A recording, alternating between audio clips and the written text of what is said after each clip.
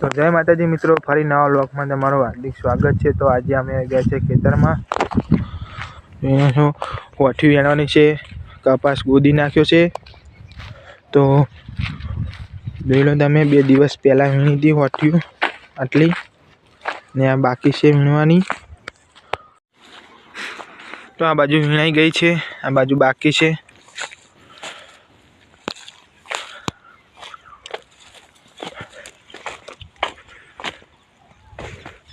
ને આ છે મિત્રો આપણા ઘઉં,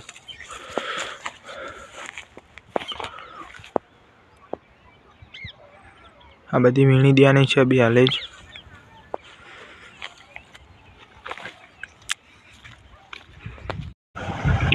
નાસ્તો નહીં ભાઈ આ વિડિયો